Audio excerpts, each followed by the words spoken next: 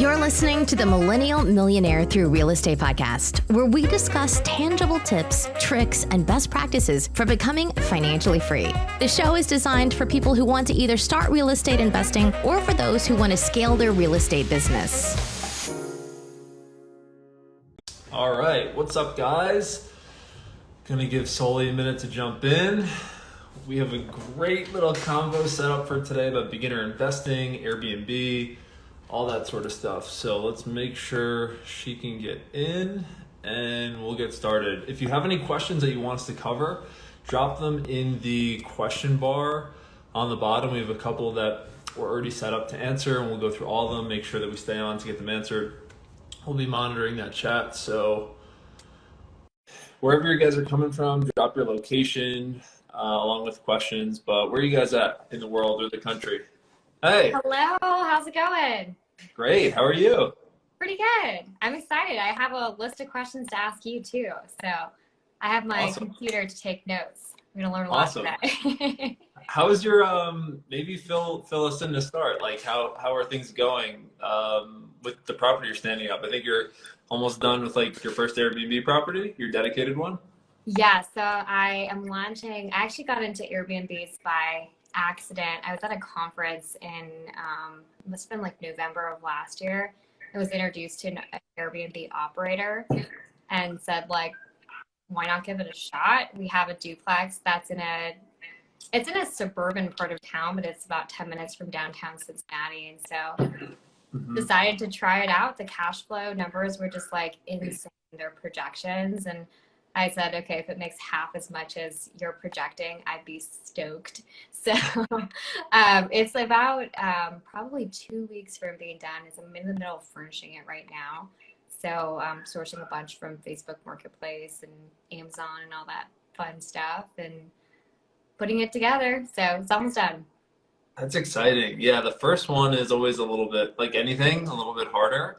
But I'm sure you're going to crush it. And like, again, I think when we were just talking, my background was traditional investing and then getting into Airbnb kind of accidentally, but then just seeing like the difference in numbers. Obviously the management stuff's a little bit different, but the money you can make is awesome. So that's really cool. I gotta shout you out for a sec.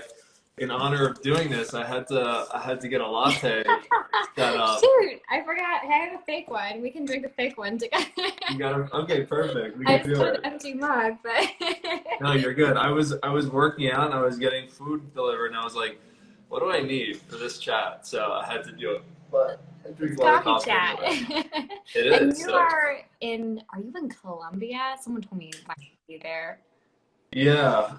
Originally I'm from New York. Maybe we'll do like intros for those that like don't know us yet. Or again, like this is our first time chatting really. So like, yeah, but nice to meet you. Yeah, likewise. I love your stuff and like it's been cool to watch like everything you've been doing at such a young age.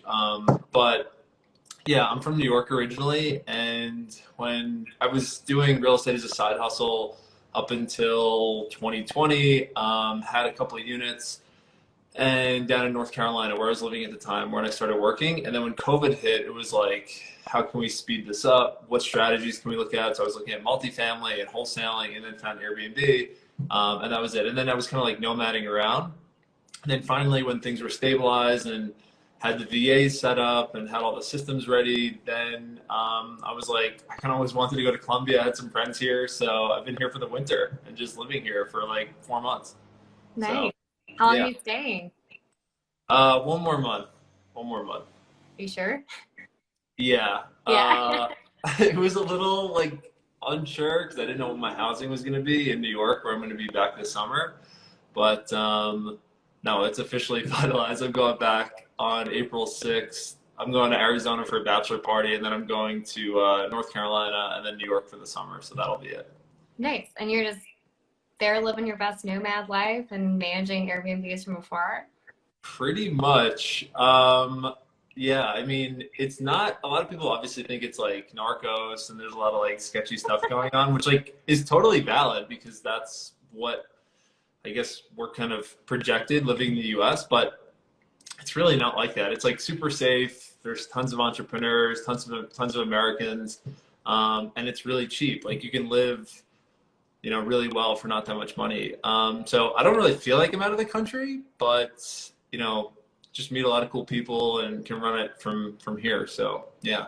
That's awesome. I follow this one lady. I think her name is like Your PA Mentor. I don't know if you've ever heard of her, but she moved to No. Thailand on a gap year type of thing. She's, I don't know, maybe 30. Moved to Thailand, and same thing. Like a bunch of cool entrepreneurs just have settled in Phuket down there, and she's never coming back. Like she's like, I've never been happier. Live super cheap, and like that's awesome. I aspire to get there I eventually. mean, if you want to, you're definitely gonna get there. You're gonna get there sooner than me. I was 28. Like you're what, 23? I'm 24. I just turned 24. Yeah. Okay. So I mean, I think the thing is like my financial freedom number is California based. So like Mm. my $20,000 per month is like a decent life in California, but would be a phenomenal life in Colombia. So Totally. that's where my family is, and so that's I think where my end goal is. But I think there's different milestones along the way. Of like right now, I'm quote unquote like my expenses are all paid for. If I wanted to drop off the face of the earth, I could. But if I want to live a good life in California, I've got a little bit of ways to go. Yeah, I was in the same boat, being like I was living in New York at the time. So everything in my head was based off that, which was a little like intimidating just because for a lot of different like lifestyles there, it's very expensive. So yeah, I mean, but here like it's crazy. Even you can make a lot of, different incomes, but you can live well here for like $2,000 or $3,000 a month, which is kind of wild. But did you say you're Colombian? No, did I say that? Oh no, you said where your family was. I guess your family's in Oh, California. they're Californian. Yeah, they're Got it, no, got it. they're in California. Yeah, no, I'm Filipino though. I'm half Filipino. So part of my family is in the Philippines, but they all immigrated to the most expensive market in like the U.S.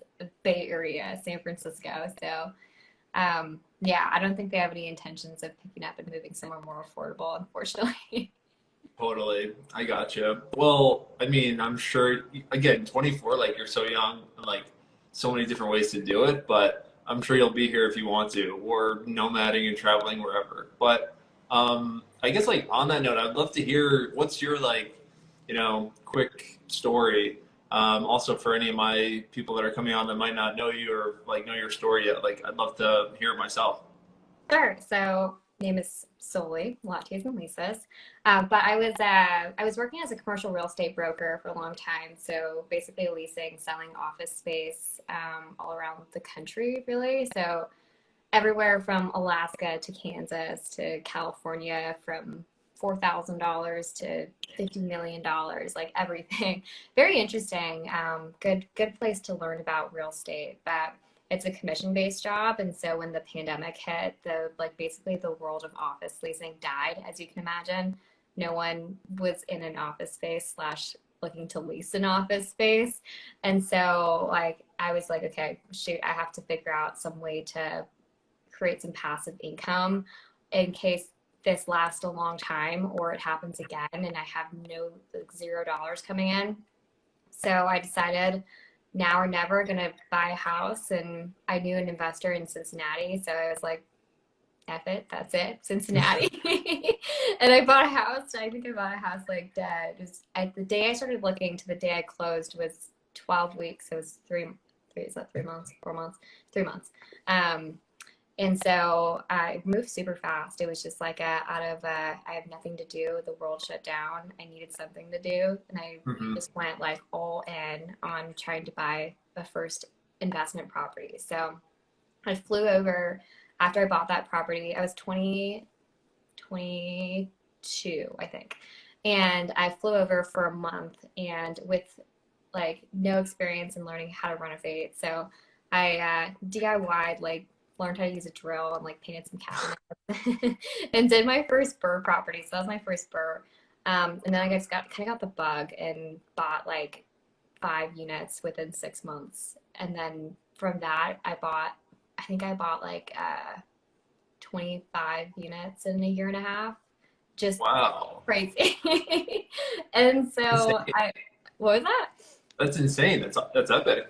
That's a lot. It's a lot of units. I bought them really fast. And then I decided like, hey, this is enough money coming in. Like I was flipping a couple houses and had a good amount of rental properties. And I was like, if I quit my job today, it'd be okay. Because I was still working as a broker, but it's really tough during, like, obviously we're still like somewhat in the pandemic and people are still not wanting to go into office space. And so a lot of my time was like begging people to lease office space. And I was like, this is not the best use of my time. And so with the opportunities like between social media and like investing in real estate, it's like, this is I was 23 at the time. Like I'm 23 years old. Now is the time to take a big risk and see if I can make it on my own. Damn, that's so awesome. So now you've been doing full-time investing for like what, like a year? Oh, like 4 months, 5 Oh, months. 4 months. Wow. Yeah. So I quit I think it was in October or November. I'd only been at that job for 6 months and I was making really good money at the time. And so my boss was like shocked. He's like, you're not giving this up to like go do whatever you're doing. And I was like, well, the potential income in this is way greater than, making a couple $100,000 at brokerage. So Mhm. Yeah.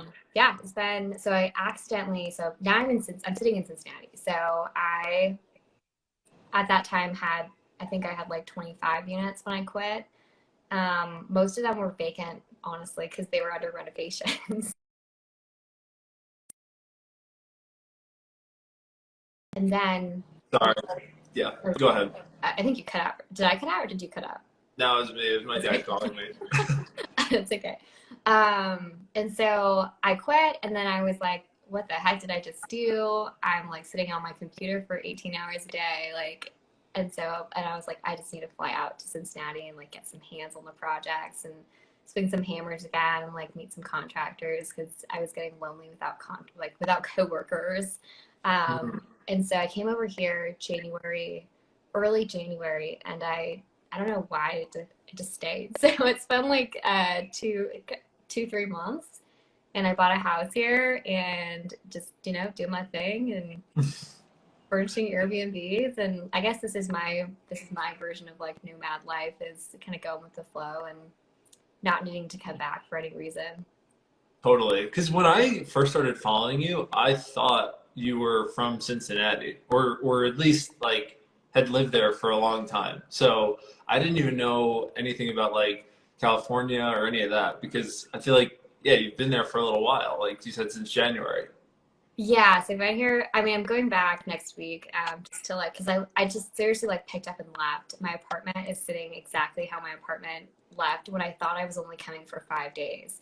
So I seriously had like 5 days worth of outfits and like that's it.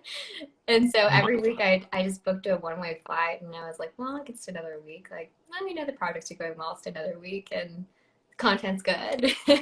You're so ready for a full-time nomad life. Like same thing, like even here, like, I mean, when I started, it was the same way. I just had like one suitcase and I thought I was going to be gone for like 2 weeks. And then it turned into like randomly like 2 years. But like I pretty much like in the process of that, I was like, I need to simplify my life and find ways to just like make travel easier. So it's like easier to create content, easier to like, have my clothing with me and have everything I need with me to like do this. And it's much easier to do that when you don't have so much stuff to lug around, but also like just like your life is less complicated. It's crazy. I mean, I didn't realize I could live off of a suitcase. I always hear people talking about like living out of suitcases for months at a time. And I was like, oh, I just can't do that. But now It's like you wear the same 4 outfits every day. You're like, I'm totally fine with it. Like, it's all good. My life is easy. All the decisions are gone. Like, I don't even have to think about what I'm wearing because I only have like 5 outfits. So. Literally, same. That's so funny. I feel like a lot of people did fall into that with COVID, where they were like maybe starting a business or starting a real estate business, and they realized also like simple is so nice, and like simple can be so effective when you don't have to worry about like all the unnecessary stuff. Yeah, 100%. And like all the stuff I left at home, I mean, I miss some of my sweatshirts and stuff, but really it's like just don't like I don't need them. It's nice to be forced into a minimal life and realize that like you just don't need that much. So Yeah, totally. I guess I'm practicing for my nomadic life right now. I mean, you're doing it. Like you've been there for a couple months. Like It's not as you're sexy as Colombia. okay, but we didn't even talk about this. When COVID first started, I did the exact same thing as you. I moved to Louisville for 3 months, Okay. and that's where I was starting, and that's how I started doing wholesaling and flipping in Kentucky. And I was just there doing the exact same thing you were doing, meeting people, looking at deals, door knocking, like finding contractors, the exact same stuff. You just picked Cincinnati and I was in Louisville. So like I have a big like base there now, but I also did go to Cincinnati a lot, and like that's how I found like, Joe Fairless, and like I don't know if you know like Slocum Reed. Like, Oh, I was just on his podcast. It released today. oh no way. Yeah. I just talked to Slocum like 2 days ago. He said he was going to start doing, I guess, a podcast for Joe, like part of Best Ever. Yeah, so there's a local meetup, and that's funny. What a coincidence. Louisville's not too far. It's like 2 hours from here. But yeah, I talked to him recently because I went to his meetup for the first time 2 months ago. And then after that, first I met him at that event. And then he was like, come speak at the next one. And I was like, I literally just got here. Like, why am I speaking? So I talked about, I don't really like public speaking that much. It makes me nervous, like live public speaking. And so there's a room of like, I don't know, 50 or something. And they recorded the podcast live. So that was we talked a lot about social media and raising money, private money on social media, and how like private money can help you scale.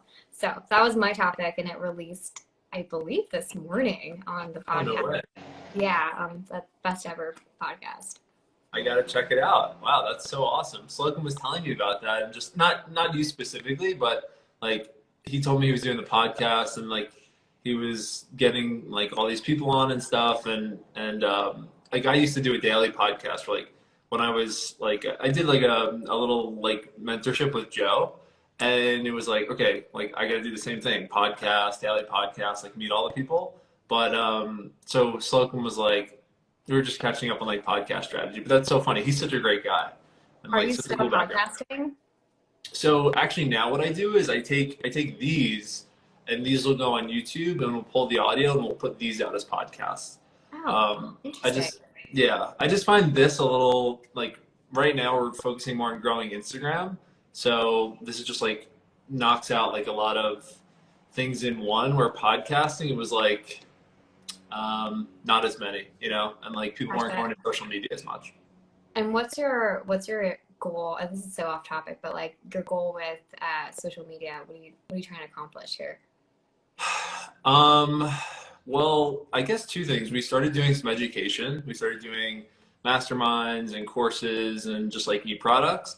And then also like unexpectedly about a year ago, I started doing a lot more like partnerships and collabs with brands. So we just like signed a partnership with AIRBNB. We're talking to like Hospitable. We're looking at like Notion and a lot of other brands that like we use and we were posting about.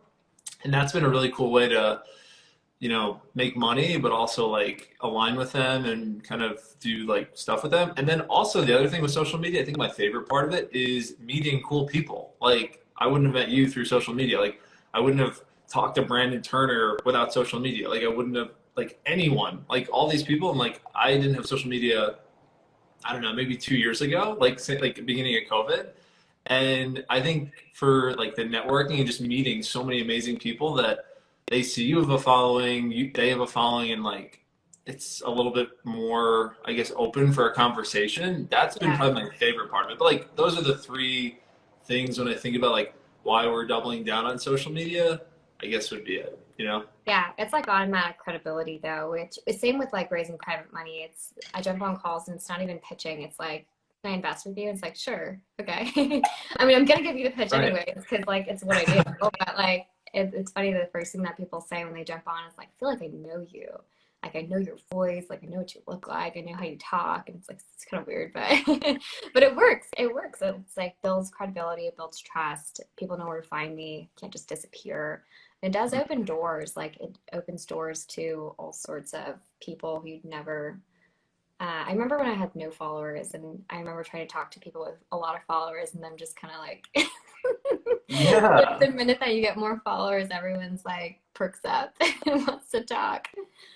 It's a little, it's a little like messed up when you think about it, but like it is. It's A just little like, bit. you know what? Like, okay, this is a little off topic, but my friend sent me something, and he's like, capital or like money is stored labor.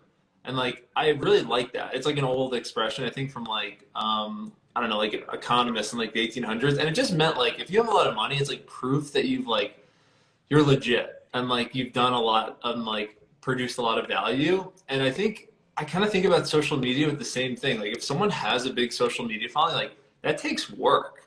And Yeah. like you have to be dedicated to do that. So it's almost like you know real knows real a little bit, and like you know you see someone else that hasn't, it's like oh like unless they bought all their followers, which like you know you can kind of tell, but like if they haven't, it's like all right, like this person gets it a little bit. But yeah, like I remember the same thing when I was just starting podcasting and social media, reaching out to people and just like no response, rejected, nothing. And now it's like oh like come on to our thing. I'm like that's hilarious, you know, like it's just kind Yeah. of different.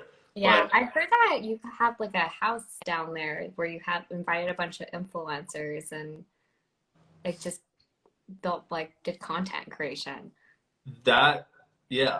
Did Where'd you that hear that? happen? Or did I say that somewhere? I did some background research on it. Little snooping. I love it. No. Janelle, like happily ever investors. Oh yeah. They're Love really that. good friends. Like I talk to her every day. So, Oh, they're so awesome. And yeah, we they're do starting like to create content too. yeah. She's they're in California, so I've actually met them. We do some wholesaling in Cincinnati with them, so they're our wholesaling partners. And then I also used to do like Tuesday content creation days with her because it's just like sometimes it's just so hard. And so if you just are forced to send someone your content and be like, what do you think? Like this is like dumb. Then so we'd exchange, and then we were talking about like, oh, how cool that you like had that house down in wherever you had it. And then she was like, how do I get invited? And I'm like, no, that just means we have to create our own. And so You just that's what we're nailed talking it. about. Like you just, and I'm sure you see it a lot too. People that are like, how do I get accountability, or how do I like get a coach, or like, you know, my friends are like not it. I'm like, start it. I'm like, Yeah. be like the like first person that like does the recruiting. And that's literally what happened with that house. I was here in Medellin just for like 2 weeks to like feel it out the first time. And I found out that one of my friends who I met through TikTok, his name is Mike Rama, he was living like 50 yards away from me in Medellin. Like we had no coordinating, nothing. And I was like, whoa. And like he Crazy.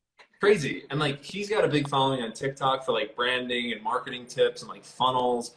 And like he was looking to learn about real estate too. So there was just like a lot of, you know, connection there. And also he was from Philly, I'm from New York. So just like we would hang out a lot. And at the end of that trip, like working together, hanging out together, we were like, we should get a house here for like another month with some other like entrepreneurs or like creators, and we can like, you know, mastermind every day and brainstorm. And I was like, and we're just like going back and forth on it. And I didn't think it was gonna happen because like it's kind of a big ask, but he had some other like entrepreneur nomad friends that were like, literally we sent one text and they were just like, we're down. Like Do you charge, like, did you charge it as like a mastermind type thing, or was it just like pay for the expense of the house and this one we didn't charge because everyone was bringing something cool to the table, and everyone was like better than something in some area. Mhm.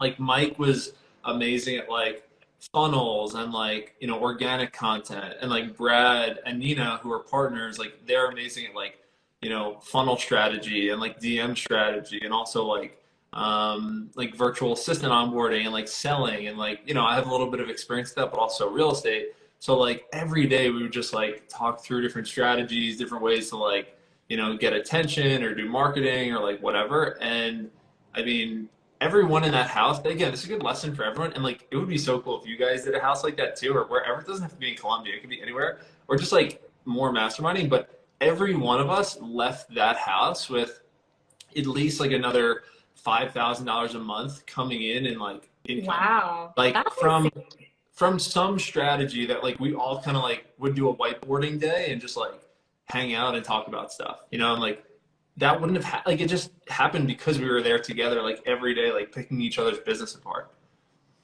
I love that. I mean, you know, we're looking at villas in Tulum, so might come out soon, maybe.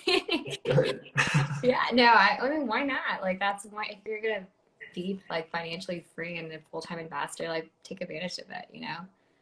I think that's something I've Yeah. learned recently is I was running so hard to try to reach that like $10,000 to $20,000 per month that it just wasn't. It just leads to like burnout and like non-enjoyment of the process because like every day, all day, I was like pulling. I still am a little bit like 12 to 15 hour days, and so, but it's like, but why? You know, like why? Like if I have after all of our properties are leased up, it's probably about 10 grand of cash flow per month, which is totally fine, like net. That's so after awesome. like all reserves and everything, and like that's like cool, great. Like you can totally take a break and enjoy, and go to Tulum for 2 months or 3 months, and then come back refreshed and start again. So Do you find it though that, you know, and like I have had to find my version of this, but do you find also there's like, you know, a balance of there's a lot of the work that you like to do. So like, you know, you're doing it and like it's what you enjoy, but you know, like you would be bored if you got to the end and you were just like sitting on a beach or oh, could, 100%. okay, yeah. I would be so bored after 2 days of that. Like, no, but I think it's just like, you know, you go to Tulum for a reason. You go to brainstorm on social media content, or you go to this place to do whatever, to go, I don't know. I could not just go be a tourist for a month. I'd have to go for a reason. Like I had a trip to Italy planned right before the pandemic, and I was so crushed because it hit Mhm. Italy like the worst. But I had a stay at a pasta making. So it's like a workaway. Have you heard of workaway? No, Oh, it's fantastic work for away. people who like experiences more so than tourism. So you live at somebody's house and you have free room and board for as long as you stay, and you work with whatever they're doing for like 4 days out of the week. And then, or depending on what they say. But this lady was a chef, like a pasta chef. And so for 4 days out of the week, you would just pasta. And then for the rest of the time, for like, it's like 4 days, 6 hours. And so it's like, great, I got to spend a month learning how to make pasta from an Italian chef. And then the rest of the time, you get to do whatever you want. That's so cool. Isn't that awesome? So, like, for me, maybe it's not, I'm going to brainstorm on social media, or like I'm going to go open a new Airbnb market, but I'm going for a purpose to enrich my life and my skills. Like whether that's, you know, you can work at vineyards, you can work on organic farms, like you can work to build homes, you can learn how to make pasta, you can do Mhm. all sorts of things. You can even go like teach English to like little kids, and they can teach you Italian in return. But they have all sorts of like interesting experiences that when you go away for extended amounts of times, it's free room and board. And then in exchange, you also learn new skills. That's so cool. I've never heard of that. I just wrote it down. Like, there's so many programs like that that could like scratch someone's itch if they were looking to travel or do something. Like, it's crazy to think you can travel and have room and board covered for free. Like, there's no excuse not to do it. Like, if you can generate a little bit of income coming in, like, why not? You could do something Yeah. that like no one else can do, you know? I think that sounds way more fun too than just like going to a hotel in Italy for 2 weeks and being like, what do I do? Because then you become part of their family, and then there's other workawares that are with you. And so there's like, you know, 3 or 4 or 5 other people who are there for the exact same reason. And if they're there randomly, they're probably just as interesting as you. And Hmm. so you got to go experience like one that I was going to do that I got canceled for some other reason, but it was going to Guatemala to work at a coffee shop. So again, 4 days, couple hours a day, and you got to just go sell coffee at a coffee shop, and you got free room, free board, free coffee. And I was like, that is amazing. So, Yeah, but then too, it's like you have a purpose for being there. You have coworkers, you have a family, quote unquote. Like you have the inside local scoop. So I think the local experience is like very important to me when I travel. totally. I mean, like, and one thing that I found even traveling outside of the country, again, like I still like to do a lot of the work. A lot of my life, I would say, like, and again, this was like the goal at the beginning, and you're gonna have this if you don't already, but like I just wanted to focus on the stuff that I like doing, and then have like an EA, and then like VAs or like social media manager to help with the stuff that I wasn't, but like what am I good at doing? What do I like doing every day? So that like my time when I do work is still impactful and like fulfilling, but I'm not like pulled down on stuff that I don't like doing. So like Hmm. one thing on that though was like now every day I still like to work, but I'm also like 4 days a week now taking Spanish lessons. So like every morning, like just have my tutor, like we go through it. Like I'm still not good, but like learning, and it's just like another way to kind of Let's hear keep like it. Let's yeah, hear like the it's like Spanish. another way to keep like a habit, like a hobby, like of adding a new skill or something. And like obviously it helps a lot living here when you can talk the language. Are you pretty good? Can you like have a conversation? I mean, basic stuff for sure. Like when my friends visited, they were like kind of impressed, but I'm like, I still suck. But like, they don't know I'm anything. so bad. I took 7 years of Spanish and I went to Costa Rica with my like very extremely white friend who could kind of speak Spanish, but they speak Spanish to me because I look like I speak Spanish. And it's so sad that I took 7 years and don't know anything. And so I just look at her and be like, what they say? Yeah. I So, mean, like again, same for me, but like until I was here and I had a need to learn it, I wasn't gonna yeah, learn it. It just wasn't yeah, happening. So like, yeah, yeah. I went to Costa Rica last April for a month or for 2, 3 weeks. But then I think it was really that was the time when I'm like, I wish I paid attention during school. yeah.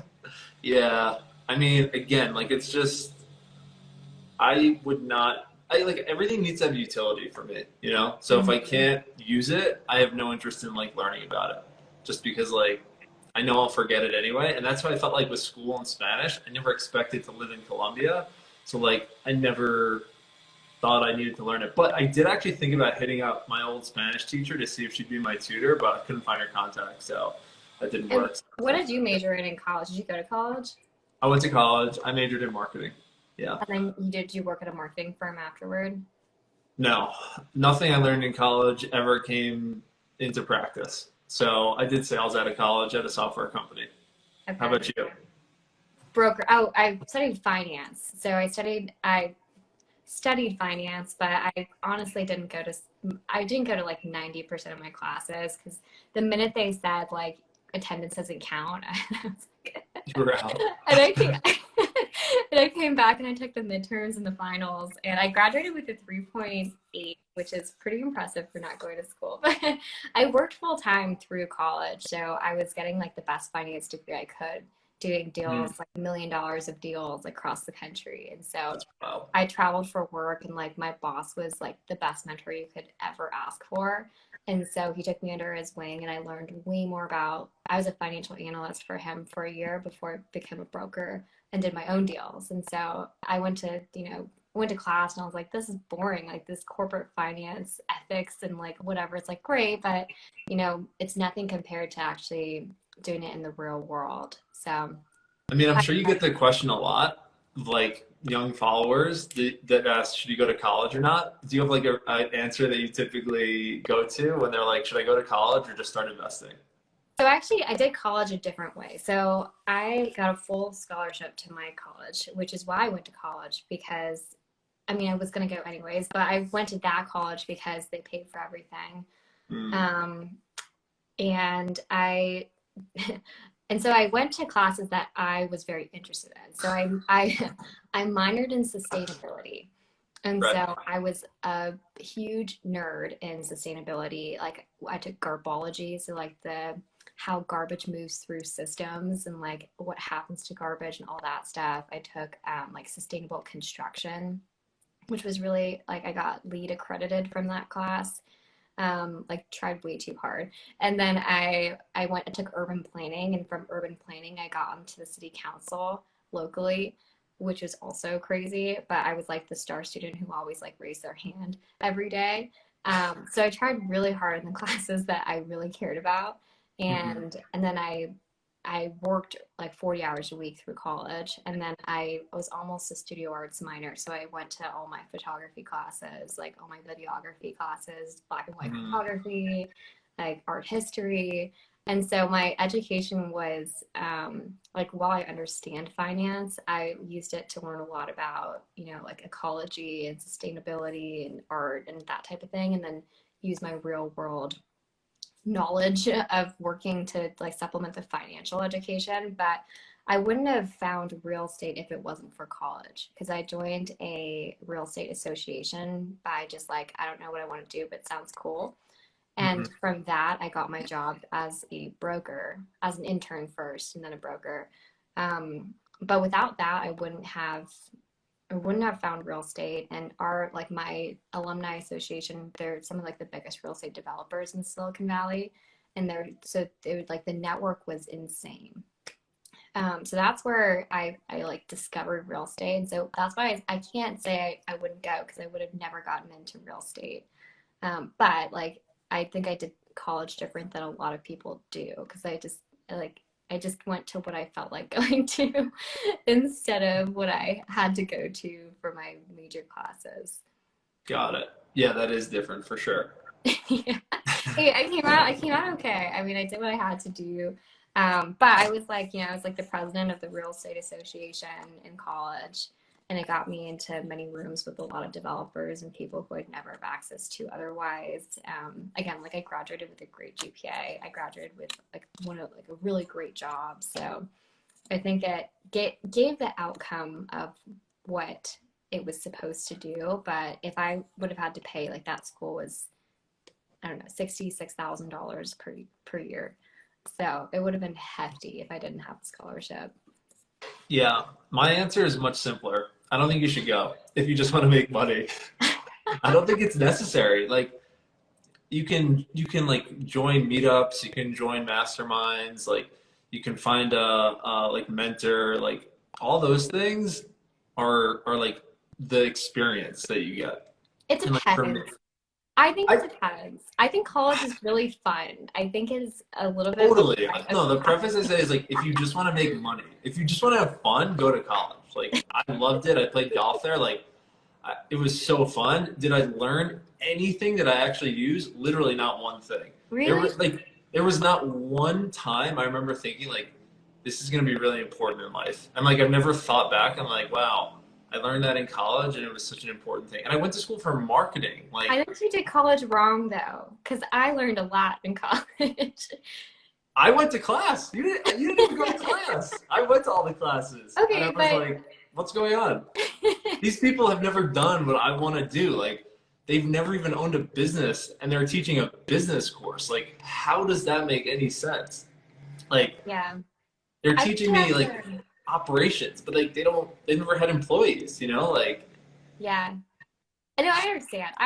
I think that some of it has to do with like the things that you stick yourself into. So like I stuck myself into being the president of the Real Estate Association. To me, that was like part one of leadership, like building a team, managing a team, motivating, like setting up, social media. I like blew up their LinkedIn profile, like posting, delegating. So that's how I learned, like there was no money involved. It was the school's like endowment, I guess. But like that's how I learned how to, like, that was my first experience with like having people under me to manage.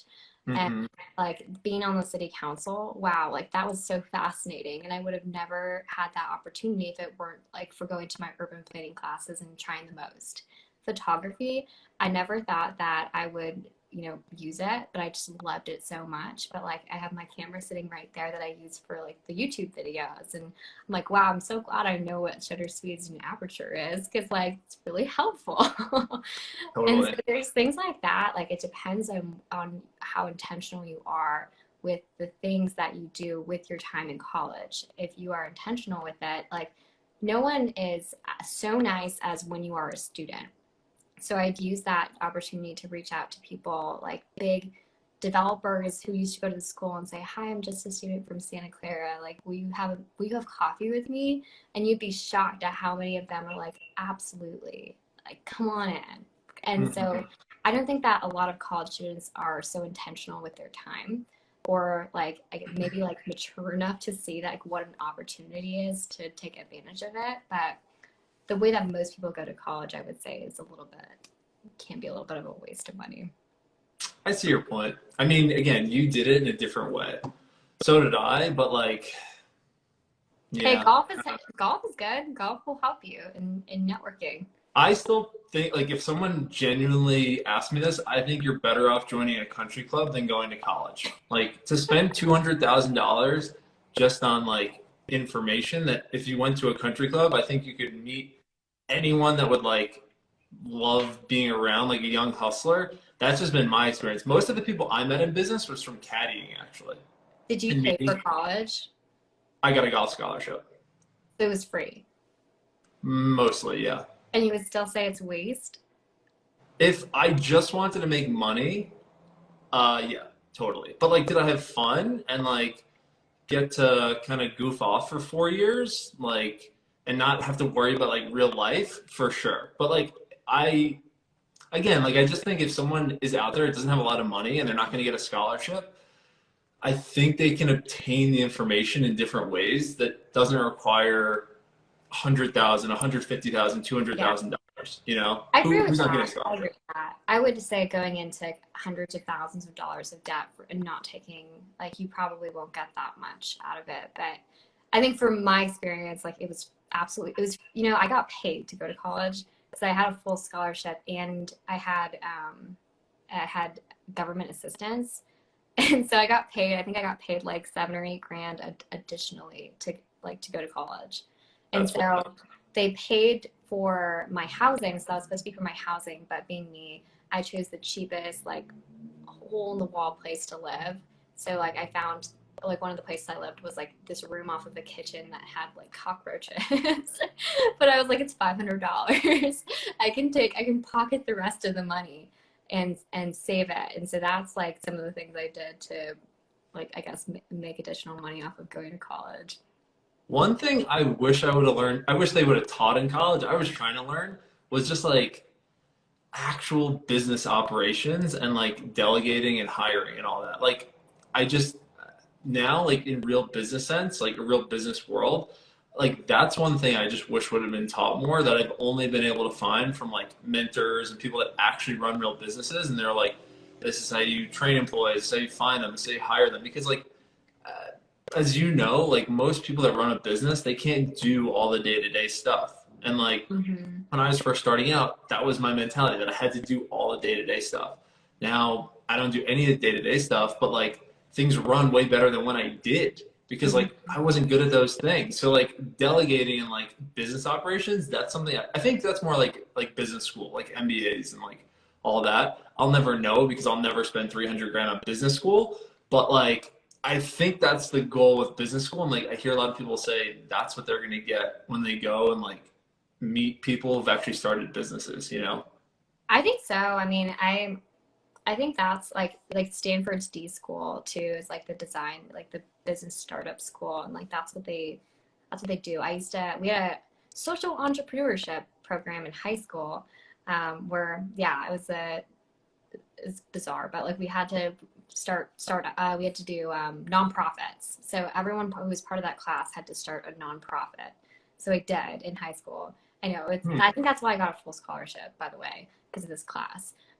So as part of that program, everyone who started a nonprofit had to go toward the Stanford Design School, which is like where all of the crazy ideating goes on. So like all the walls are full of whiteboards and sticky notes, and like people, it's probably exactly what you did in Columbia in that house with social media. It's like, let's everybody tear apart everyone's business together, and let's figure out how to put it back together the right way, or what's not working, what is working. And so there's different schools for different things, but I think like getting into that type of school is probably more what you're craving, not just like the traditional education of like getting a marketing degree where you sit in a class with 100 people and then you just read a textbook. So I think, yeah, I do agree. I think cool schools do exist, but the core education of college is just kind of boring. Yeah. I don't even know how we got on that, but it's just like interesting to hear different approaches, you know, and like you could end up in a lot of different ways. Yeah, You want this to is talk a about? hot topic. You want to talk about Airbnb? Anything Yeah, no, I specific? have, okay, hold on. Let me pull up my list of questions. I have a list Let's of do questions. it. I was like, this is my shot. And people ask me all sort of things about Airbnbs. And I gotta say, like, I'm not an Airbnb expert by any means. I'm long-term rentals mostly. And this Hmm. is my foray into short-term rentals. But I think that, like, for example, this property I bought for $125,000 and put in about, I think at the end of the day, it'll be like 70,000, maybe 60 to $70,000 of a renovation. It'll probably appraise its duplex for $300,000, which would be great. Like it'll be a great cash out refinance. If I, either way, Airbnb or long-term rental. On a long-term rental basis, it would have cash flowed about $500 to $600 total. Yeah. So about $300 a side. Yep. Not that much, but it would have been like a fine, long-term rental. The Airbnb operators who were running our numbers for us said like, hey, this property, if it operates on, I think it was 70% occupancy, would make $3,000 per month. And I was Mhm. like, no way. I mean, Right. that to me is like, no. So $1,500 per side. And that to put into perspective, so we were all in on that property for around $200,000. Right. Put it in perspective on a long-term basis. We bought a 10 unit not too long ago. And so we will be all into that building for $900,000 and it should cash flow Okay. about $3,000 to $4,000. And so I was like, if we can buy an Airbnb and be all in for 200 and cash flow the same as this 10 unit that we're in for $900,000. Right. And so that's when like the light bulb kind of went out. And I think right now the strategy is still a little bit untested because I'm waiting to see how it performs. But if it is true and that is the case, then like I'm, 100% let's do this thing. Like let's go buy a bunch more Airbnbs. Totally. That's my thinking. But some questions for you. So I invest here in a market where it's not a destination at like really at all. It's just kind of suburban. And so the nightly rates are 100, 200, 250 maybe dollars a night, maybe somewhere between there. But a lot of people are saying like, no, I'm buying destinations, Gatlinburg, Big Bear, wherever, Florida. Where do you like where the average nightly rates are 500 plus per night or something? Mhm. Like, do you have an opinion between investing in the lower nightly rates versus a destination place with the higher nightly rates? Um, I think well they can both work. I think even if you could do 200 a night in Cincinnati, I would be surprised by that. That sounds really high, but I don't think you need to do that much on a nightly rate because your occupancy is going to be way higher than a place like Big Bear or Gatlinburg or let's say even Asheville. Or Asheville's not, some of those places are like they have pockets that are more or less seasonal. If they could do like, winter and summer activities, but you're going to have really high occupancy rate in urban areas.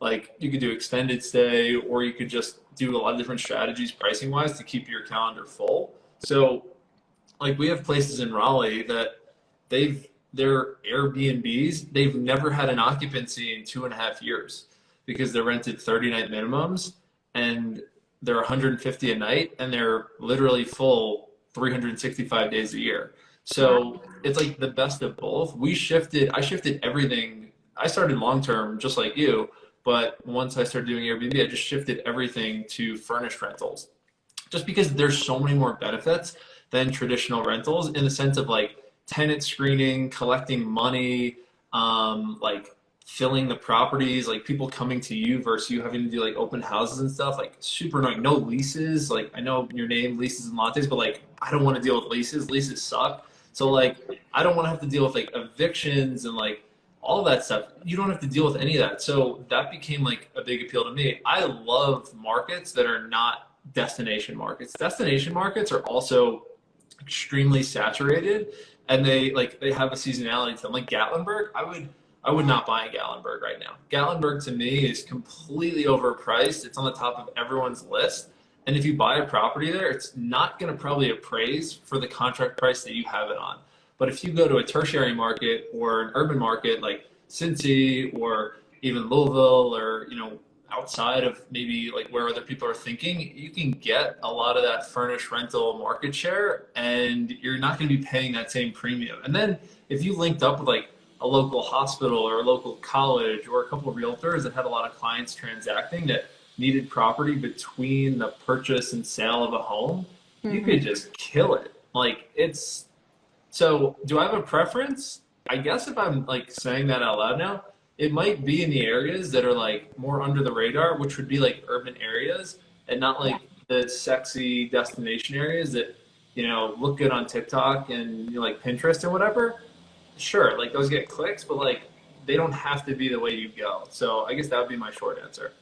Yeah, no, I gotcha. That's really interesting. So you think that Airbnb as a strategy, though, I guess a lot of people are transitioning into Airbnb, short-term rentals, mid-term rentals, furnished rentals. And so do you think that it's going to reach a saturation point, or do you think that they're really just oversaturated in destination markets and not in tertiary/urban markets?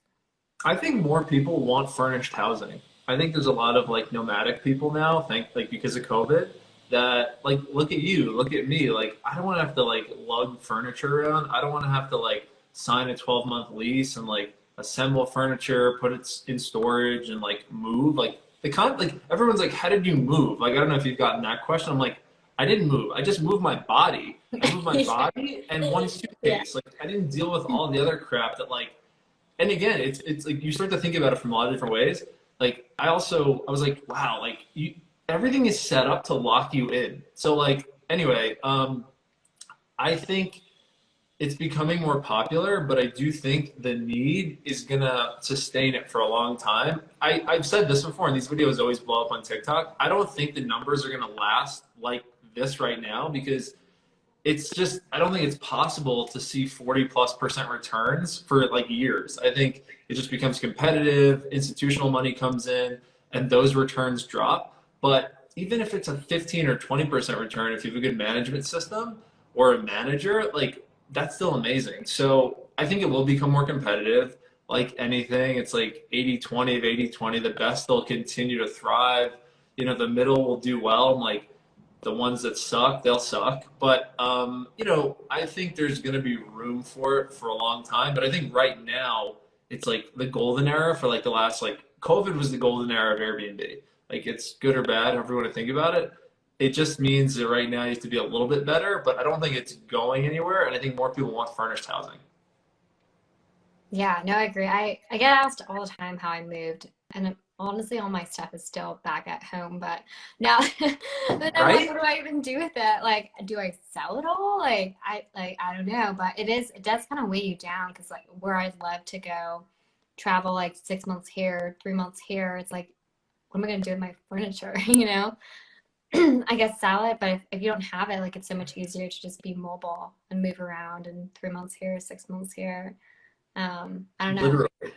Yeah. I mean, I made like not a commitment, but I just made this like, you know, line in the sand in my head that I'm only going to live in furnished housing for the next like couple years minimum, because it's just easy. Like, you do pay a slight premium, but when you factor in the flexibility, utilities being bundled in, also not having to buy furniture, it's not that much more expensive when you like amortize that cost over a year, as opposed to then like buying furniture, assembling it, you know, storing it or selling it back. Like, that takes time and money. So, and like, this place is decorated better than any place I could decorate myself. Like, this place is like beautiful. And like the places that I usually live now on Airbnb are also beautiful. And like, you know, I don't feel like I'm missing much, but I know it's a little bit of a different belief. Like, you may feel like okay with it. I feel okay with it, but a lot of other people, like, you know, they're conditioned to think like, I need a stable place that I'm going to live and my stuff. And like,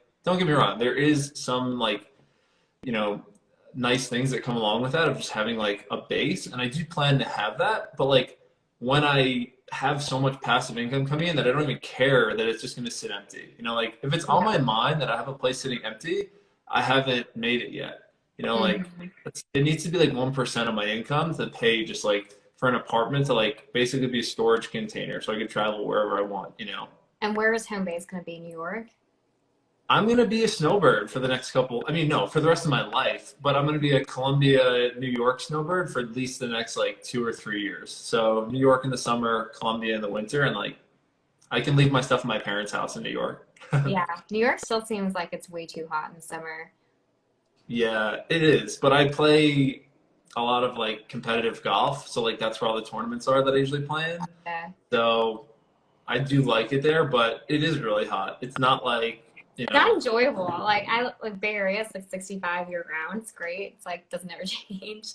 like Yeah, yeah, that sounds hot. I used to have to play golf for work, and I was so bad. My just side note, but my first ever time playing golf was a 18-hole broker tournament.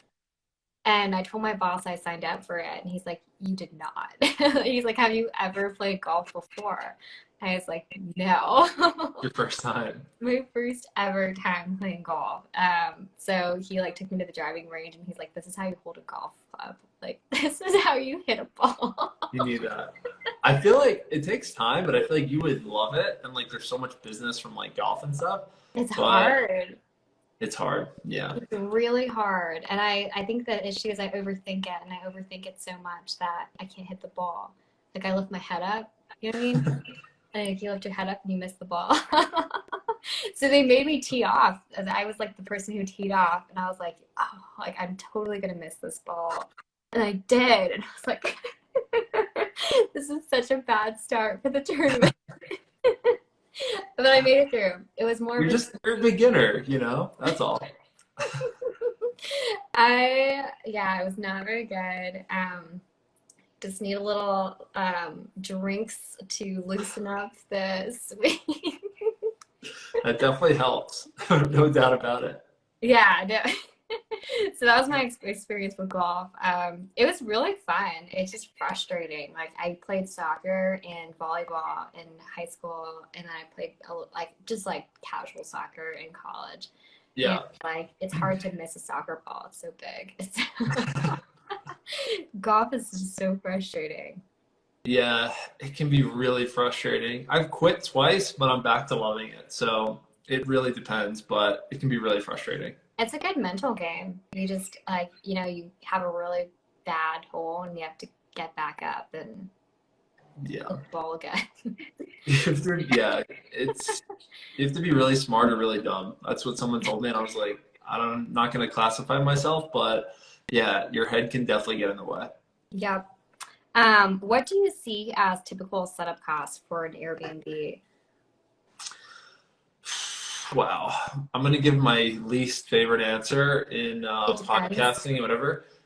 Yes. So like we hired a designer who maybe you know from like Bigger Pockets or like social media. Her name is Jenny Yee. Yes. Yeah. How is she?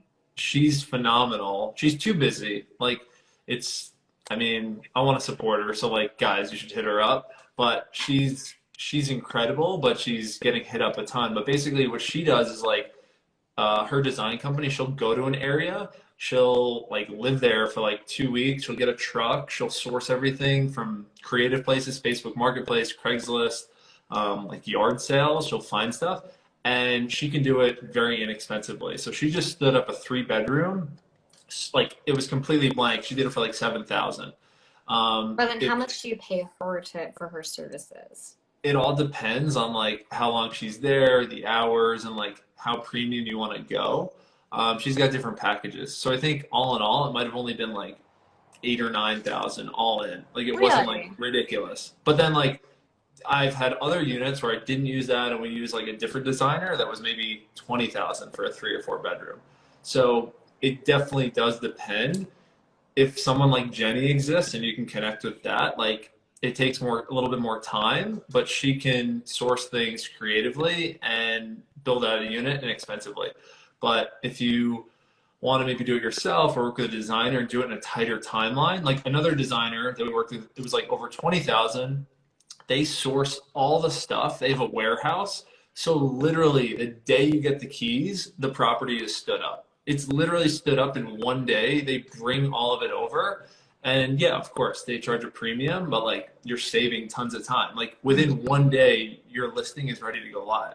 That's With her, it was like 3 weeks, you know, and like she was doing that. So, you know, everything has a cost, but it can range anywhere from like, let's say 5 to 20, depending on the size of the unit. If you're buying new material, used material, or sourcing it creatively. But I give out a lot of furniture lists too. So if anyone wants a furniture list, just hit me up. I have a like full spreadsheet of everything in every property we usually do, and we just give it out for free.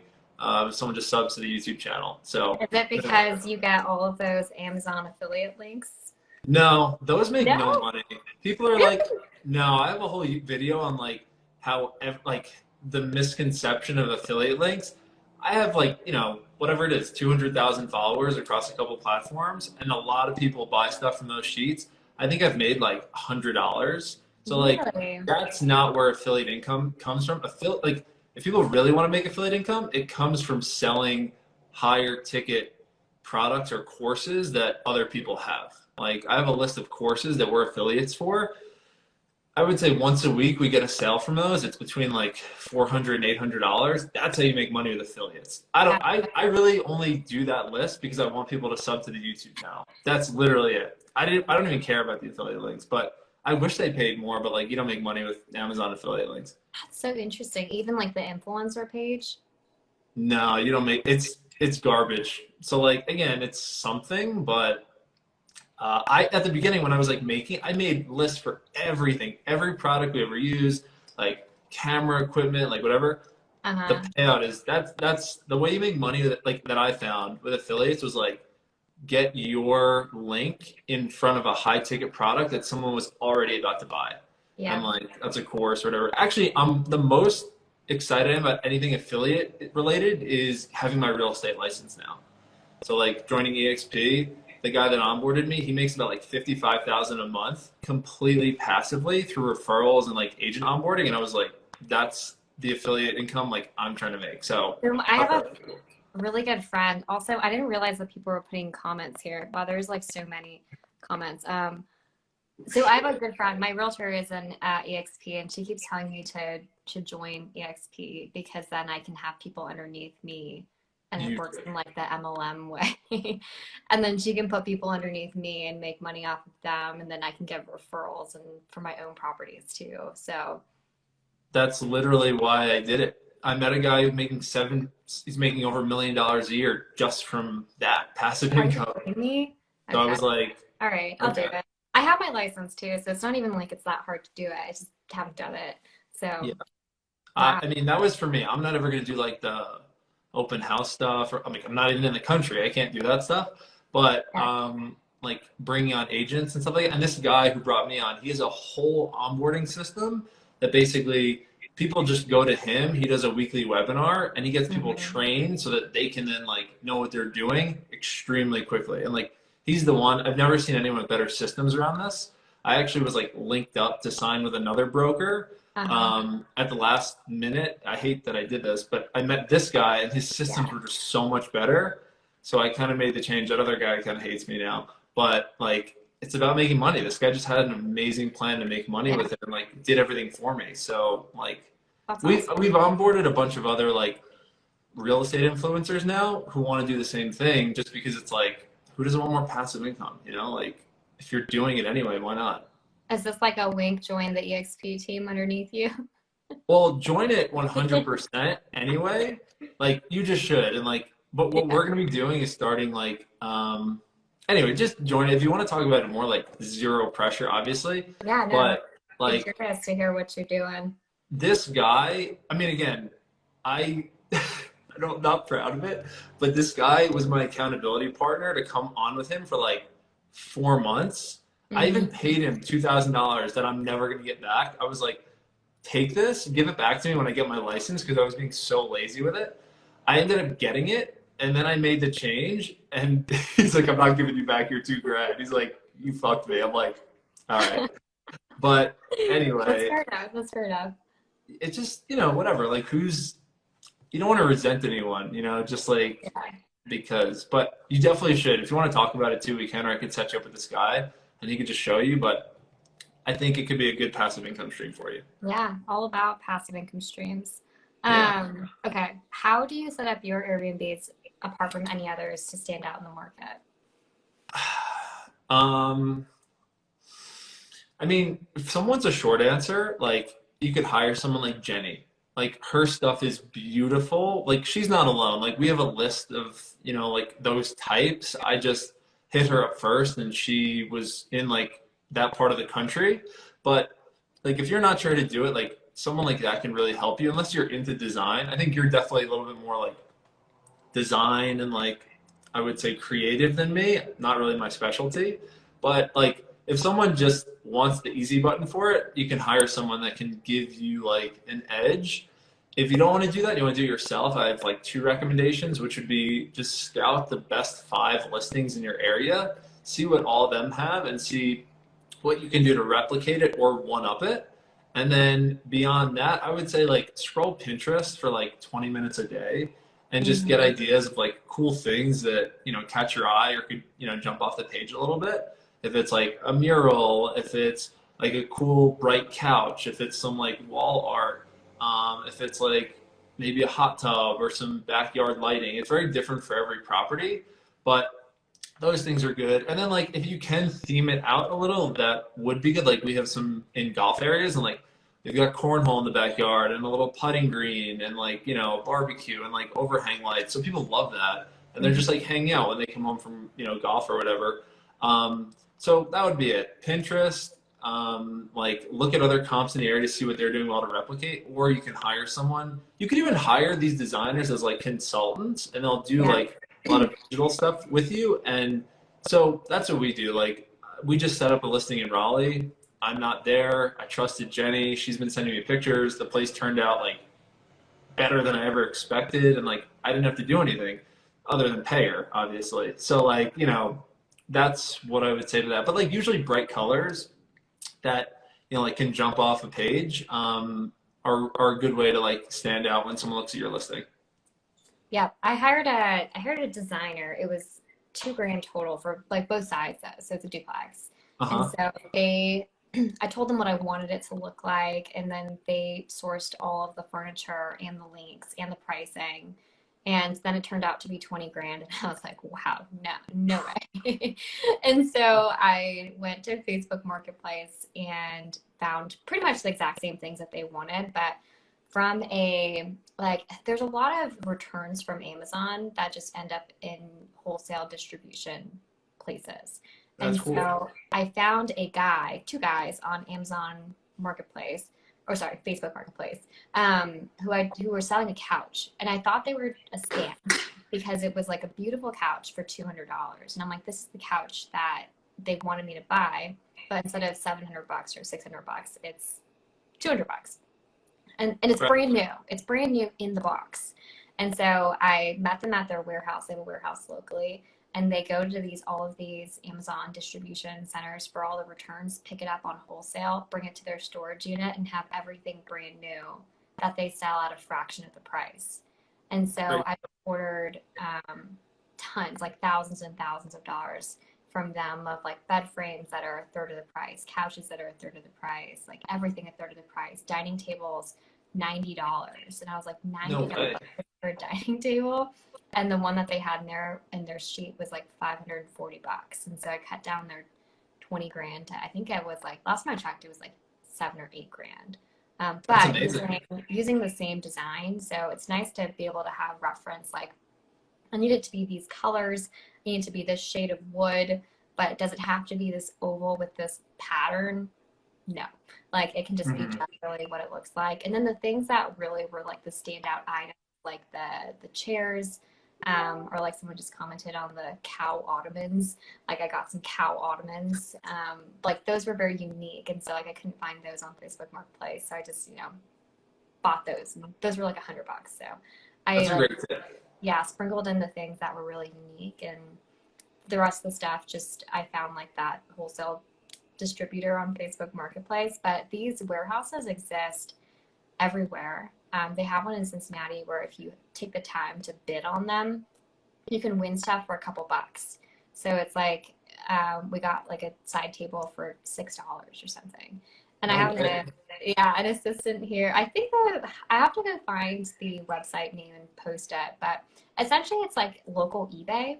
And so they post things and it's like everyone bids on them. And if you bid on them and win, you get to go to the local distribution center and go pick it up. But they probably bought that couch for like $100 or like maybe $50 and then sold it to me for $200, but it retails for $600.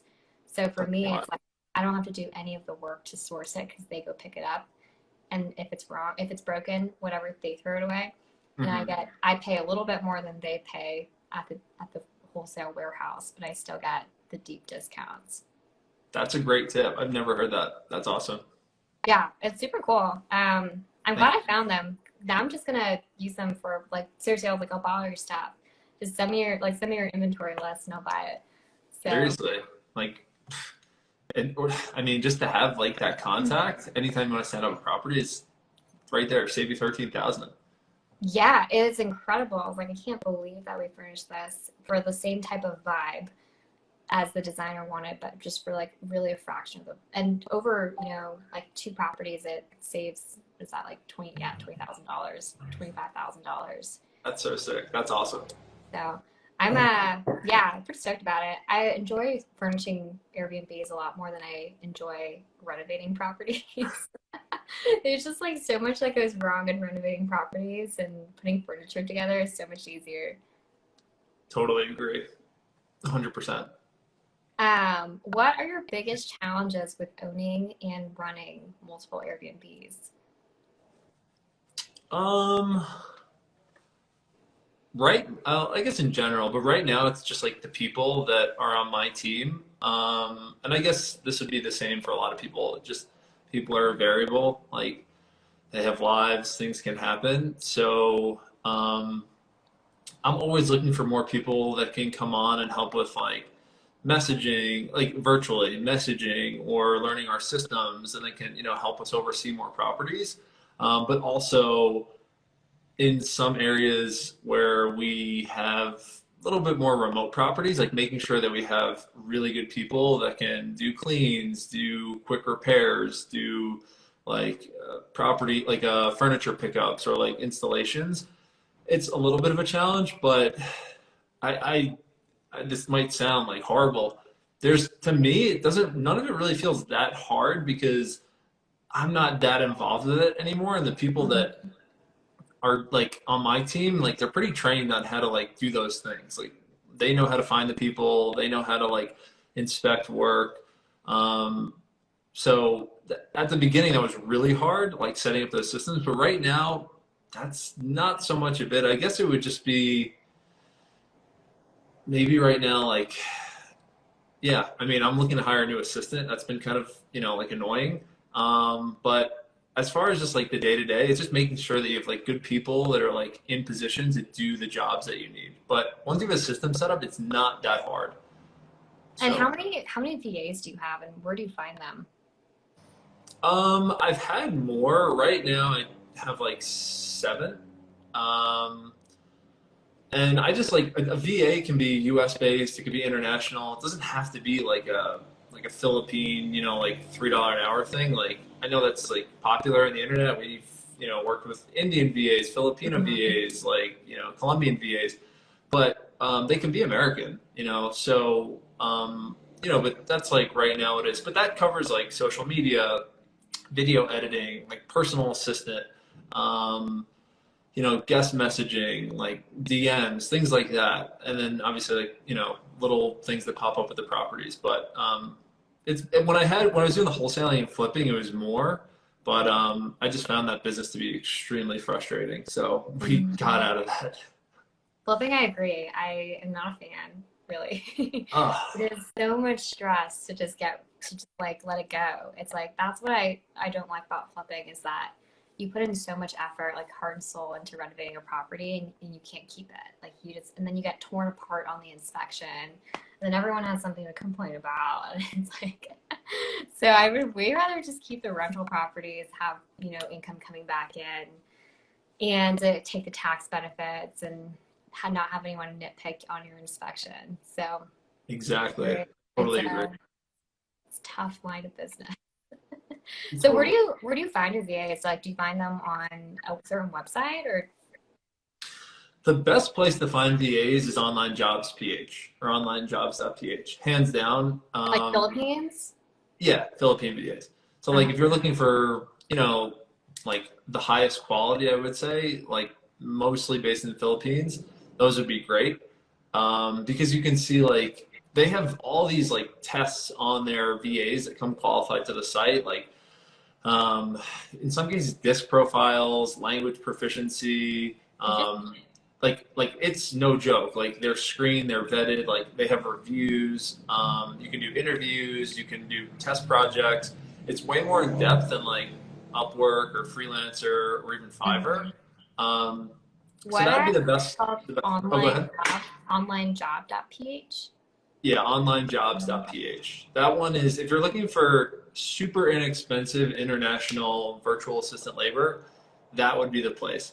If you're looking for, like for me, we were just looking for like more manager roles for the VAs or like an EA for me, like an executive assistant. For those roles, I was looking on Facebook groups of like stay-at-home moms, military moms, and those have been amazing. I love working with military moms. Like they just have great attitudes and they're like have time, they're proficient. They also don't take shit from people, which I love. Like they're stand-up people, which is super cool. Yeah. And I found then, mine on the Mom Project. Have you heard of it? no, what's that? Facebook group? No, it's an actual service called the Mom Project that connects moms who are trying to get back into the workforce with people who are looking for more experienced VAs. So like they're pricier, but like the person that we hired recently has an experience, like she was the right hand of a COO. And then so her job was like to create pamphlet like procedures and stuff, and then her other job was as recruiting. So she was in PR and recruiting. And so like right now her job is in like administrative help because that's what we need. But I was like, my goal for her is to manage and recruit people, and then manage all of the recruited people, and then create the systems and processes and all of the handbooks and all that sort of thing. And so I think that's, I mean, like she's very qualified, you know, like that's what she was doing, but she was a mom and she just wants like virtual work right now. And so right now she's just, you know, calling utility companies and that type of stuff.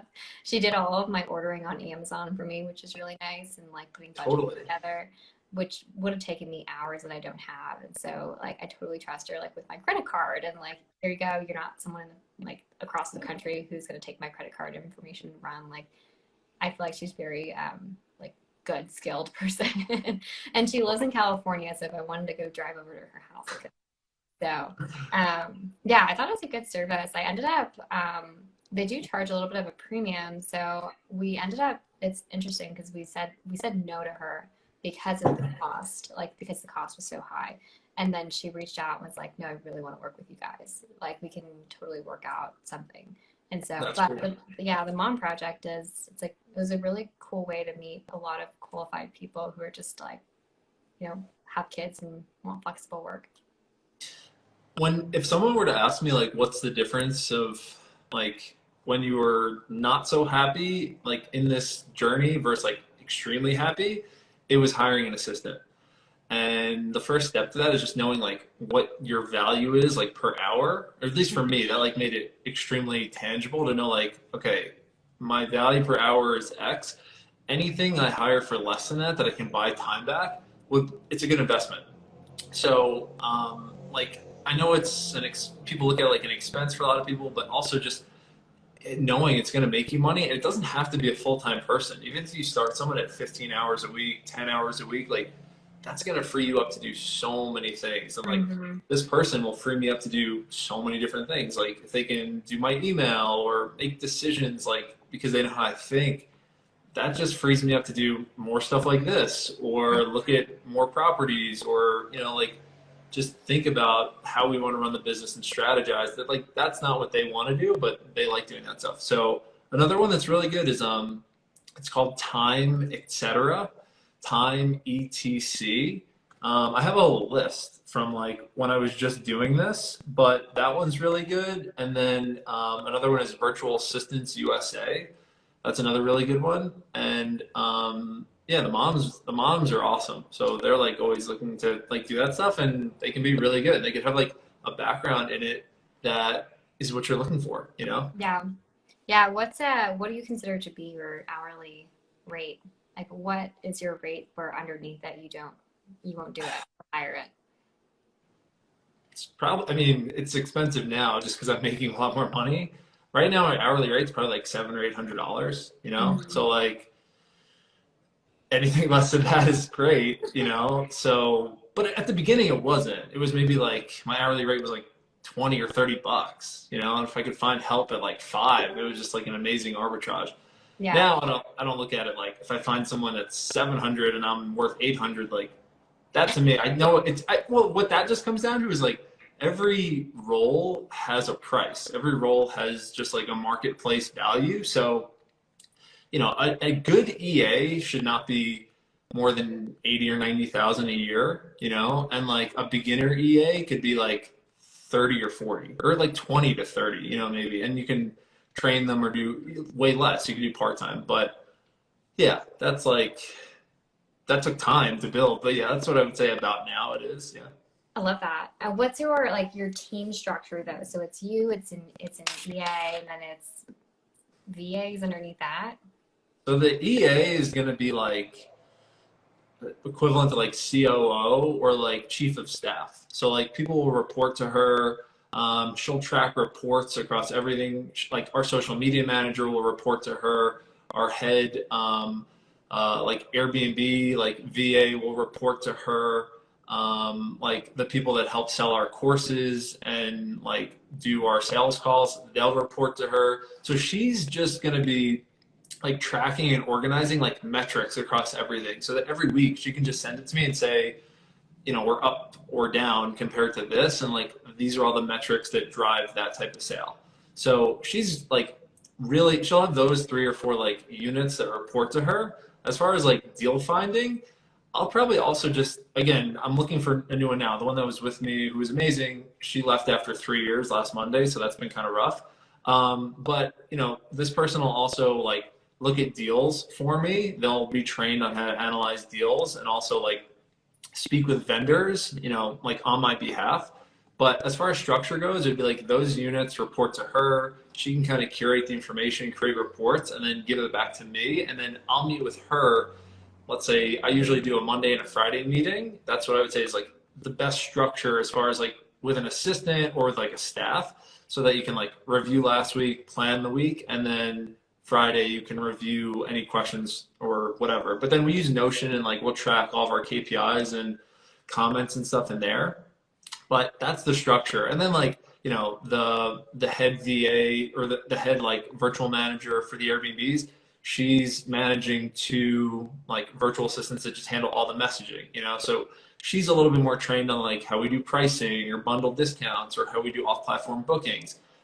They're not as trained on that, but they're learning it. And like, again, that's also why we started making courses. Is I made training for every one of those people. And I was like, this is how we do everything. So we can just now sell that. And that became courses and masterminds and all that. But it's just our internal training that we use to run the business that like, Gotcha. you That's know, cool. yeah. And My like, you'll do the same thing. And I mean, you know, I think you're already doing it, which is amazing. get there. I think I totally agree with you that like school doesn't teach you how to build and manage businesses. And so I have one of my old accounting teacher who I did go to his accounting class all the time. I really liked him. He was on the board of, he was the CFO of a really big company, and he was on the board of a bunch of other companies like really That's smart awesome. guy. Yeah, and his class was financial accounting, so it was all about like reading balance sheets and making cash flow statements and like reading like all the company's financials, and so that was really interesting. But I asked him That's a cool. question because he's on the board of a ton of like Equinox and like a lot of big companies, and I was like, tell me, like, how do I build my business like a business? And he told me, he was like, you just got to do it. And I was like, that is so unhelpful. That's horrible. I was like, that's not the answer I wanted to hear. I was like, do I go to grad school? And he's like, it's like a little bit of trial and error, and like you can read some books, and like, I was like, that's not helpful in terms of like me setting up my business. So what do Like you I would. Sorry, no, that like evokes like a strong emotional reaction. That's just the worst advice ever. Because like I wish I would have known even how to pay employees, how to incentivize them. Like what a lot of people do when they're getting into business, they're just like, hey, like we're friends, let's go 50-50. I'm like, that's the worst thing to do. Like you guys don't even know if you align, like all that stuff. But that's crazy that he told you that. Like, especially since he has so much business experience. Brutal. I don't know. I mean, do you have a book recommendation, or is it a little Traction. So I read Traction. It was intense. It took me so long to read because it was like, wow, everything is an action item. And then I think I got overwhelmed with like the amount of action items there were. Here's the best thing that I think anyone could do is make the investment in an EA that has experience and just be super transparent with them and be like, hey, I'm a new entrepreneur, I'm a new CEO, whatever.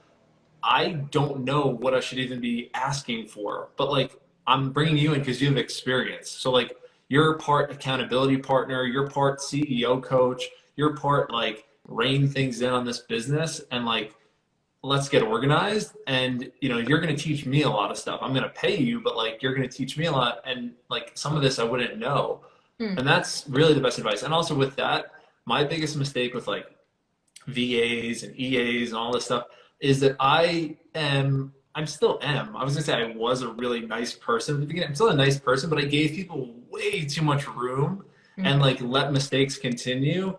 Now, what we do with any VA or any employee, we just do a 30-day trial. I don't even care so much about the interview. The interviews are all bullshit. Anyone could be a good interviewer.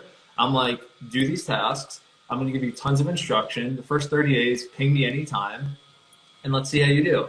And that's where the rubber meets the road. If they say they're good at building like Canva slide decks, then the first day they present some garbage back, I'm like, we're done. Like Yeah. I brought you on for that task and you can't do like so I was hiring a skill. But as far as like books go, another book that two that I'm obsessed with, 12 hour. Sorry, Well, is wait, Michael Hyatt's Free to Focus. Free to Focus? Yeah, that's one of my favorite books with this stuff. And also then the classic, I probably read quarterly, is 4 Hour Work Week by Tim Ferriss. That's just the best. I honestly haven't read it. I What's haven't read it it's yet. message me your address, I'll send it to you. I send that book to everyone. And like, again, you're really cool, and like, we're just meeting, but like, you're gonna kill it in business and all this stuff.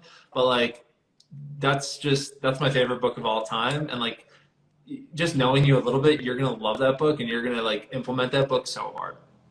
Janelle actually sent me screenshots from that book the other day. It was about like it was about like how much you actually need to live on if you go like travel to some South American country. And she's like, we can do it. You So that guys was the should. text she sent me, and I was like, what book is that? She's like, 4 Hour Work Week. So Yeah, that book is just the best. I mean, he wrote that book before it was even like popular, but that book is just the best. yeah, talk to me in about a year, and we'll see where I am. I Okay, think we'll I'm do another one of these. completely different place. It's I listened to this podcast the other day where it was like year one is just about planting seeds, and year two is about cultivating, and year three Mhm. is where you reap the bounty. So like last year was like planting seeds, and then this year was like getting punched in the face by cultivating. Like no joke. And I'm not even at the 2 year mark yet, but I like in the best way possible of like, wow, I learned a lot of lessons the really hard way. Like people tried to warn me, touch the fire, or like I scaled too fast. I had no systems. I came into cash flow problems, like all sorts of stuff that you learn in business. But I learned them all like in such a compressed amount of time.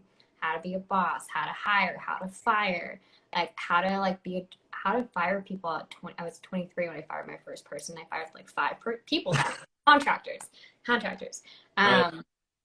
But it's tough. It's like it's tough having people who are older than you and more experienced than you, and just be like, All that. so it's and so like next year is year 3, and so like year 3 is where you reap the bounty, and like the cash flow comes in, and like the properties are stabilized, and like you finally feel like you have some traction in what you know. And so like I'm so excited to get there. I think that could be a good jump off point, because we're going to need to do more of these to see all these amazing updates, like 3 months, 6 months, like more VAs, like all that. But like you're on the path. It's just like, then like doing it, but like getting, like, these are the questions that I wish I would have asked and like also gotten answers to, like team structure and comp, and like, building a business that you don't have to be involved in the day to day. And like you're on the path to doing that. So it's really cool. How long do you think it would take if you had to start from scratch, if like you're in the day to day? Like I have 2 assistants and I have a partner. And so that's helpful, because it's like I'm now learning to focus on the things that I'm good at and get rid of the rest. But I still think I'm in, say, like step 1 of building that process, and still in the very disorganized phase of like, wow, we did a lot of things wrong, and now we're building back up. Like, how long would you say, obviously it depends, but would you say it takes to put together that system where you feel confident that you are like moving and grooving outside of the day to day? I think it would take me like 1 year. Like if I was 21 starting over, I would do 2 things, like property wise, and then like team and VA and all that. Like it would be the same stuff I'm doing now that I just learned how to do. But I would buy a 4-unit house, hack it, like to make money to live. And then I would probably buy a second home, 10% down. So like 3.5%, 10%, pretty turnkey properties, bank financing, like pretty doable. And then the VA or the EA stuff, like that doesn't take that long. It would be the property acquisition that would take a little time and savings, or maybe like partnering with people, or, making the money. But yeah, other than that, the hardest thing was just like getting over like the hump of learning, like, what do I do? What do I say? Like, am I doing the right thing? And then like with social media and hiring and content, it was just like, how do I do all this stuff? But like now knowing enough about it, I think that would be like the longest it would take. And then like the other thing, again, living in Colombia, 4-hour work week, like what Janelle's saying, if I'm making 100,000 a month, or if I'm making 10,000 a month, my lifestyle right now is not changing. So like, it's just like numbers on a screen that make me feel good. But like, I could live the same way in that first year as I'm doing like right now, So like, that's what I also wish more people knew about, that like, it doesn't have to be this like 10-year or 20-year plan. Like just do a couple like steps in the right order, like early. And obviously mindset stuff matters too, but like, that's the way I think about it. Yeah. Hey, I feel like I'm almost there. We're rounding the hump. You're so close. You have no idea how close you are. Like, I mean, it's gonna be really cool to watch, but like, you're there. The biggest thing also that I wish I would have like told myself more when I was like right where you are is like, there's no such thing as like, I'll be happy when. Because like, then when you get to when, it's like, am I happy? Like, right. I don't have to do anything anymore, but like, this is what I always wanted. It's like the guy or girl that, wins the trophy, and like, now what, So like, for me, it was always like, kind of what we were talking about before, of like skills and languages and like being with fun people.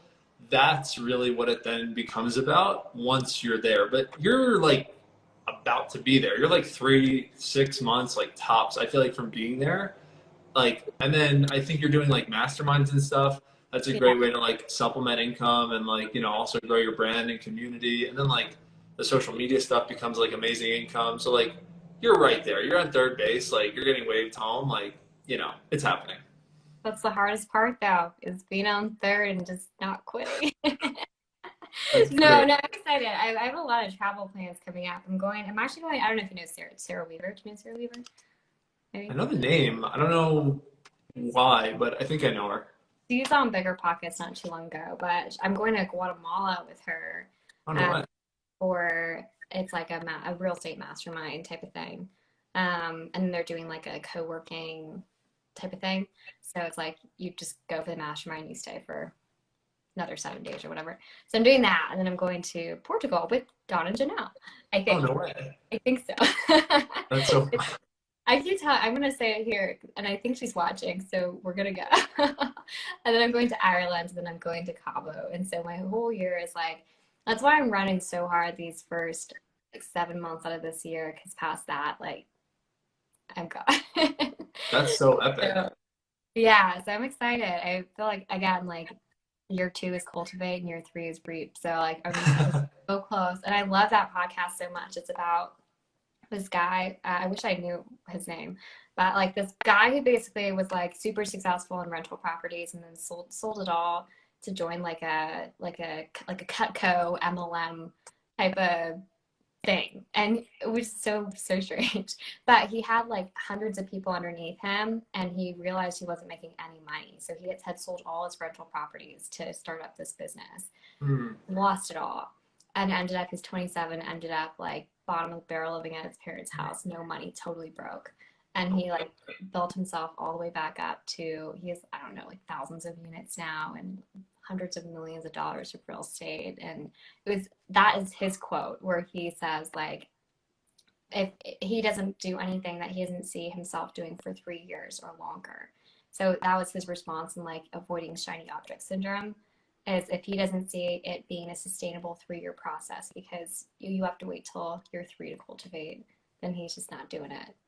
So If you find that, please send it. I'd love to check it out. yeah, it's an awesome conversation. It's like a 2-parter. I'll DM you the podcast. Cool. Awesome. Yeah, well, this turned into a long I conversation. know. It was great. We definitely need to do more of these. Yeah, it was like it's like my coaching. I felt like I got coached today. I'm coached by you. This is like live coaching. I want to do another one, and I want to hear all about private money and just like the flips, and also like updates on where you're at with the Airbnb and just like everything. So if you're Yeah. up for it, it would be fun to do Yeah. another one. Let's because the Airbnb should go live somewhere like April 1st or April 7th, something like that. And Cool. then launching the one that I'm sitting in right now is actually going to be, well, I'm in California, renovated and launched too. So there'll be 3 of them. I'm kind of going all in here on Airbnbs. Let's do it. Yeah, and so I'm really excited to see if it performs half as well as they expect it to. Like, I'm seriously going to be stoked. So, let's do it. And I can talk all about, we also raise private money to fund Airbnbs. And so we do like the AIRBNB strategy. Love that. I don't think I've put almost no money into any of my deals over the past year. So it's all through like social media, private money.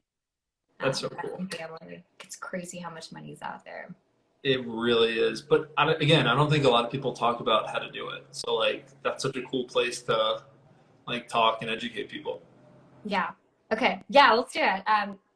What's before we hop off? I mean, there's still a good amount of people on here. What's the best way for people to connect with you, or anything you want to like, pitch or plug right now, and then we can both jump off. I'll do the same after. Probably honestly just Instagram. So I guess you can just like tap me on here or something. Lattes and Lisa's.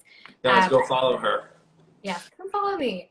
And that's probably the best way to find me. I have done a bad job at creating like courses and whatnot. So that's something that once I'm done with, I'm working on selling 2 flips, launching 3 Airbnbs, and finishing a 10-unit renovation. So once those are a little bit wrapped up, my time is free, and I'm going to do a little bit more like content creation. But my website has like a workshop on private money, a workshop on investing out of state, all that type of thing. So if you click the link in my bio, it's all there. Awesome. All right. I'll check it out myself. Well, I'm sure a lot of people are going to go jump there right now too. So that's awesome. For me, kind of the same. Hit me up on Instagram, DM me.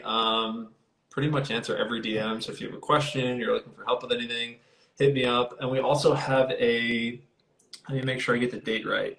Oh, and we were talking about like webinar jam stuff and calendar invites. You will get a calendar invite if you register, but we have an Airbnb training Wednesday night at 7 p.m. Eastern. So if anyone's interested in that, the link is in my bio now. It's going to be the first 5 steps anyone could take to buy or control an Airbnb in the next 90 days. So The real question is, do you answer your DMs or does a VA answer your DMs? ooh. I answer any DM that's like, how do I do this? Like real estate specific. So what they'll do is they'll go through those DMs. They go through all of them that aren't in my primary. So like they're not reading like, I mean, they probably could and they could just like unread it. So I don't really know that, but I trust this girl. So, but if anyone's hitting you up and it's like, hey, like where do I find this? Or how do I get like coaching, or do you have a video about this? Like she has all those resources. So she's going through those every day and she'll be answering, but she'll flag or leave the ones unread that are like, hey, like, you know, should I buy a fourplex or an Airbnb? Like she doesn't know how to answer that. And like, I'll jump in and I'll spend like 20 or 30 minutes a day on those, but she can help like organize those. Kind of like the same way that like a VA can help you organize your email, you know, just to know like what you need to put a personal touch on versus what they can. So, but I was too bogged down in it. Like it can be a lot. It gives a lot of followers too. It's a lot. No, I have hundreds of unread. I'm only asking once. I wanted to know if it was a VA talking to me, not you. But but also because I like it's tough. I can't answer hundreds of DMs that say like even like where do I start? And it's I'd love to just send them like a YouTube video or something, but it's like I can't. And so I didn't even know that you can flag DMs and unread them. So I'll have to ask you how you do that. You can flag them, and then depending, like you can set your account up so you'll have like a primary and then like a request folder. Yes. They'll go through the request one, they'll answer questions or like help people like find stuff and then move it into the general. And then if it's something that like I'm working on or a friend or just like whatever, I'll move that into primary and that's just me. So, but so you separate it that way. So you'll answer primary, they'll answer general. Exactly. And like, it just, you know, I looked at it, like I look at everything, like 80% of something is better than 0% of something, you know? So like they weren't getting touched at all, which I don't want to leave people hanging. So like, if it can be done like pretty well, that's good enough for me as opposed to like not done at all, you know? And like, like I'm bailing on them. So, you know, if anyone has a question, DM me, you'll get answered. If it's specific, hit me up. And like, again, if you ever need help with that, Soli, like we could talk about it too. Just like how, because again, that was a question. I teach that in college, how to handle DMs once you have 30,000 Instagram followers. That wasn't taught in college. My marketing professor didn't even know what Instagram was. So like, come on people. But like, and again, I hit up a ton of influencer friends. I'm like, how do you handle this? And like, they all had horrible answers. I'm like, all right, I got to try something. And this works. So, but if you need help with it or whatever, like, please make a course on like Instagram, social media automation, and using like Zaps, because I'm so confused. We could do a little call on that. If you want, we'll do a call on that. We could record it too. It'd be good content for both of us. I have a course on everything we do social media, all scripted. I just need to film it. I've been lazy. But if you need help setting up that Zap, we could jump on a call. I'm happy to help. But like, that's a little thing. Like, I couldn't find the answer to that. I had to hire a Zapier consultant and like, whatever, you know? So like, but we got it done. So I just let it be. I was like, it's fine. It'll be okay. No, your events, I'm sure, are awesome. So people show up. It's okay. Yeah, but there's a better way to do everything. And so always in search of the better way. Always. That's why you're going to be successful. So. Cool. Well, seriously, I look forward. This is fun. I look forward to doing the next one, and hopefully, I have some really good Airbnb to share with you. I'm sure you will. All right. Well, here if you need anything, this was seriously super fun, and we'll do it again. Yeah. Cool. Thanks. All right. Cool. See you later. All right. Bye.